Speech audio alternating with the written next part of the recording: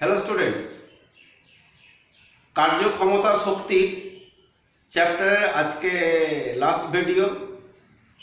আমরা বিস্তারিত আলোচনা করেছিলাম কার্যক্ষমতা ও শক্তি সম্পর্কে। এবারে আমরা যেটা বলছি যে শক্তির সংরক্ষণ সূত্র, law of conservation of energy. আমরা জানি শক্তির সৃষ্টি বা বিনাশ নেই, শক্তিকে কেবলমাত্র এক রূপ থেকে অন্য রূপে রূপান্তরিত করা যায়। পৃথিবীতে মোট শক্তির পরিমাণ সর্বদা অপরিবর্তিত থাকে।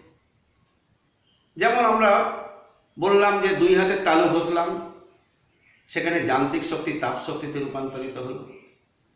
আবার একটা পাখা চললে সেখানে তড়িৎ শক্তি যান্ত্রিক শক্তিতে রূপান্তরিত হলো। বৈদ্যুতিক আলোতে সেখানে আমরা দেখতে পাই তড়িৎ শক্তি আলোক শক্তিতে রূপান্তরিত হলো। তার শক্তির সংরক্ষণ সূত্র এখানে আমরা বলবো যে যান্ত্রিক শক্তির সংরক্ষণ সূত্র। যান্ত্রিক শক্তির সংরক্ষণ সূত্র মানে কি? যে কোনো বস্তুর মোট যান্ত্রিক শক্তি সর্বদা অপরিবর্তিত থাকবে, সেটা দেখাবো আমরা। এবং সেটা আমরা দেখাবো কিভাবে না, লিখছি প্রমাণ করো অবাধে পতনশীল বস্তুর ক্ষেত্রে মোট যান্ত্রিক শক্তি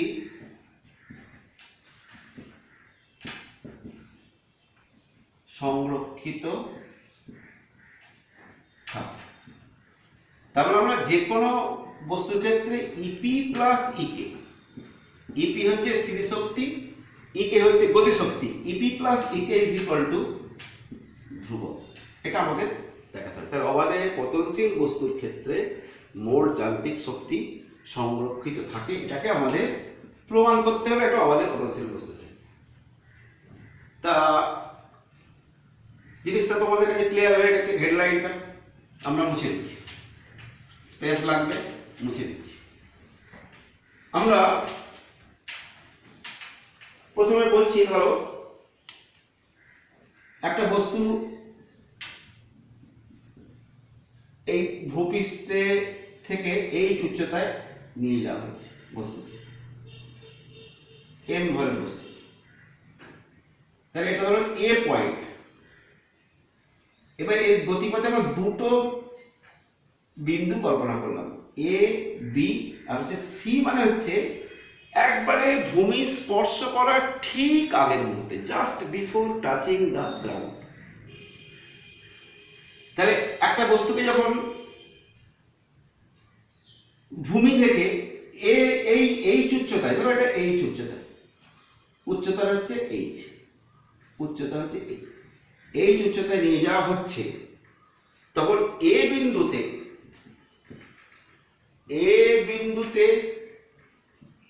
সবটাই স্থিতিশক্তি। তাহলে স্থিতিশক্তি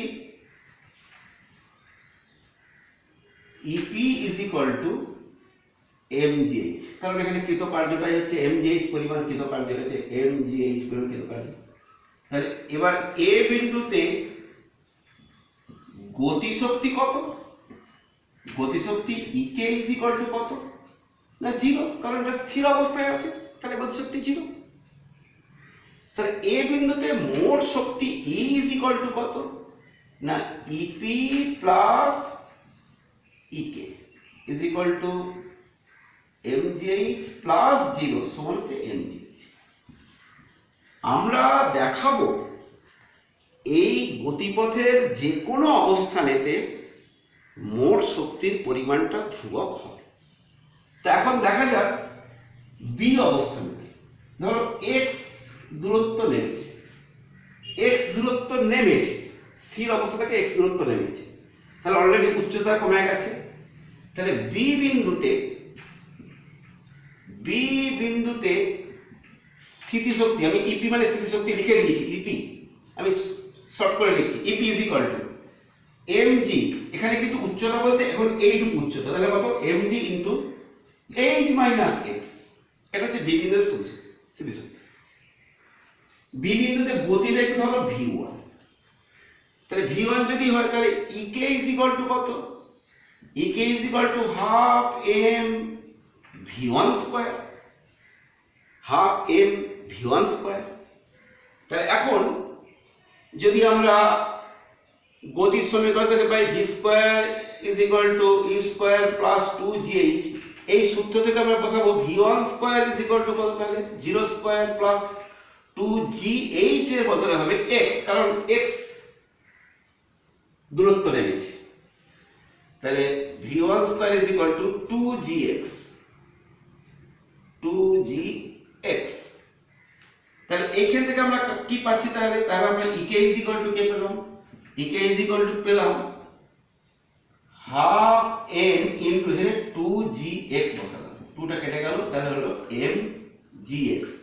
তাহলে বি বিন্দুতে মোট শক্তি, বি বিন্দুতে মোট শক্তি সমান ওই ইপি প্লাস ইকে, ইপি হচ্ছে দিস, তাহলে mgh মাইনাস এটা ভেঙে দিচ্ছি mgx প্লাস mgx কেটে গেল, দেখো mgh এখানে দিচ্ছি একই। আবার ভূমি স্পর্শ করার ঠিক আগের মুহূর্তে, কি হয়েছে, কোনো স্থিতিশক্তি নেই, কারণ h টেন্ডস টু 0, আমরা h টেন্ডস টু 0 মানে স্থিতিশক্তি আমরা সি বিন্দুতে যদি আমরা ক্যালকুলেট করি, সি বিন্দুতে তাহলে স্থিতিশক্তি কিন্তু 0, কারণ h টেন্ডস টু 0 মানে হচ্ছে যে h যখন নেই তাহলে mg ইনটু 0 মানে 0, তাহলে আমরা লিখছি যে এখানে লেখাই আছে, তাহলে সি বিন্দুতে স্থিতিশক্তি সমান হচ্ছে mg into 0, this is equal to 0, yes. আর যখন ভূমি স্পর্শ করছে তখন ধরো এর গতিবেগটা v2, তাহলে আমরা বলতে পারি যে সি বিন্দুতে গতিশক্তি কত, গতিশক্তি সমান হচ্ছে হাফ m v2 স্কয়ার। আবার গতির সমীকরণ থেকে পাবো কি, v square is equal two u square plus 2gh, এখানে দেখো v2 square is equal to 0 square plus 2gh, h কেন না টোটাল উচ্চতাটাই নেমেছে, তাহলে সমান, তাহলে v2 square is equal two 2gh, তাহলে এখানে তাহলে গতিশক্তি সমান কত হবে, তাহলে হাফ, এখানে লিখছি half into m into 2gh সমান হচ্ছে কত বলো তো, mgh। তাহলে সি বিন্দুতে মোট শক্তি সমান হচ্ছে ইপি প্লাস ইকে, ইপিটা তো 0 আমি বলে দিয়েছি, ইপিটা 0, তাহলে 0 plus mgh, this is equals to mgh। সব জায়গাতেই কিন্তু দেখা যাচ্ছে এ বিন্দু, বি বিন্দু বা সি বিন্দু, যে কোনো বিন্দুতেই দেখা যাচ্ছে তার মোট শক্তির পরিমাণ হচ্ছে mgh। তারপরে আমরা বলতে পারি যে শক্তি সংরক্ষিত হলো, অর্থাৎ যখন কোনো বস্তু অবাধে পতনশীল হয় তখন তার মোট যান্ত্রিক শক্তি সর্বদা অপরিবর্তিত থাকে। এটা ম্যাথমেটিক্যালি একটু ডিডিউস করলাম এবং স্টেপ বাই স্টেপ এটাকে আমরা দেখে নিলে ঠিক বোঝা যাবে। আমরা এবার কয়েকটা ছোট কিছু কোয়েশ্চেন আমরা আলোচনা করছি, বা ছোট কিছু ম্যাথমেটিক্যাল ডিডাকশন যেগুলো একটু জানার দরকার হয় সেগুলো নিয়ে আলোচনা করছি। ধরো একটা বলছি যে একটি বস্তুর ভরবেগ লিখছি, ভরবেগ এটাকে পি লেখা হয়, ভরবেগ পি, এবং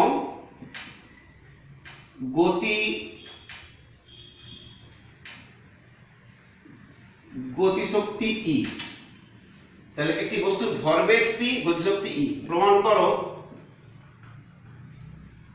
করো P is equal to square root over twice M. এটা প্রমাণ করতে ভেরি সিম্পল।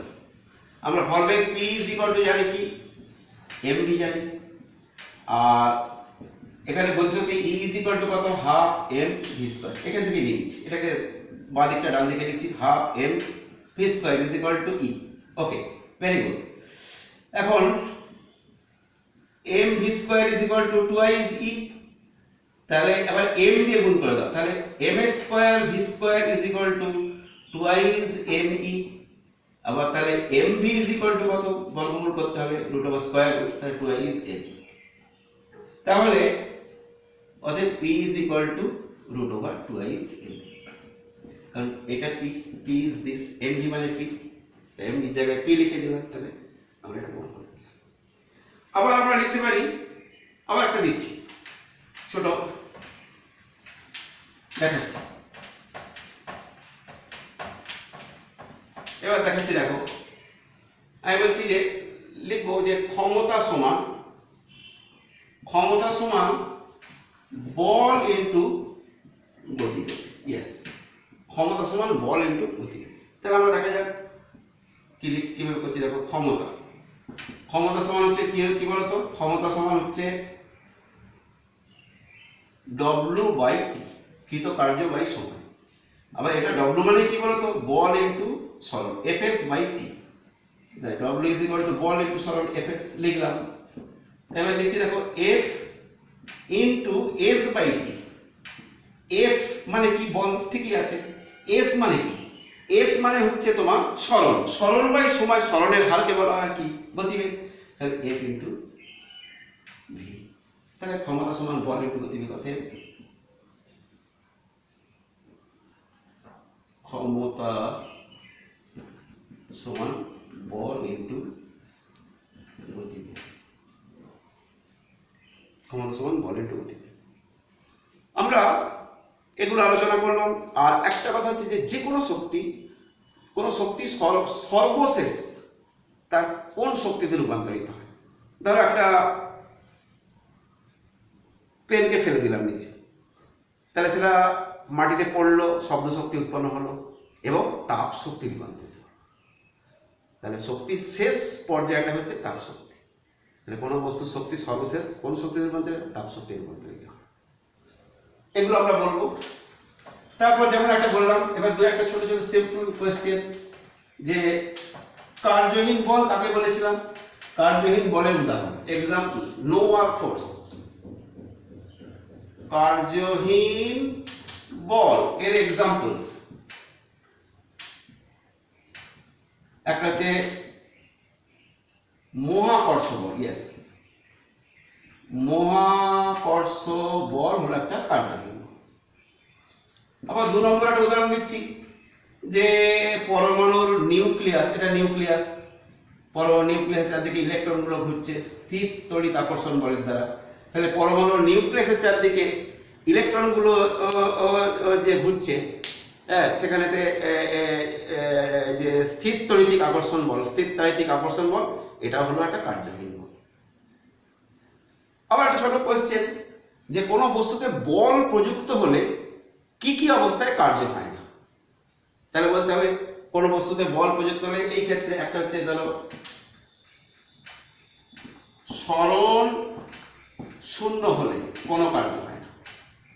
দু নম্বর কি, বলের অভিমুখ ও সরণের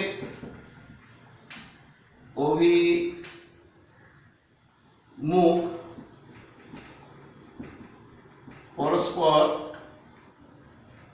লম্ব হলে প্রযুক্ত বল কোনো কার্য করে না। বলের অভিমুখ এবং সরণের অভিমুখ পরস্পর লম্ব হলে প্রযুক্ত বল কার্য করে না। এবার যদি আমরা এই চ্যাপ্টারটাকে একটু, এই ভিডিওগুলো দেখার পর যদি একটু থরলি যদি আমরা বইটাকে পড়ে নিই, তাহলে দেখা যাবে যে অনুশীলনীর সমস্ত প্রশ্নের উত্তরগুলো আমরা ঠিকভাবে তৈরি করতে পারছি। এবং অঙ্কগুলো তো আমি কষে দিয়েছি, সেই কষে দেওয়া অঙ্কগুলো ভিডিওগুলো পজ করে দেখবে, তাহলে কি হবে, আমাদের কাজগুলো মানে এই চ্যাপ্টারের যাবতীয় বিষয়গুলো আমাদের হৃদয়ঙ্গম হবে এবং আমরা ভালো করে জেনে ফেলতে পারবো। ঠিক আছে, thank you very much. Okay.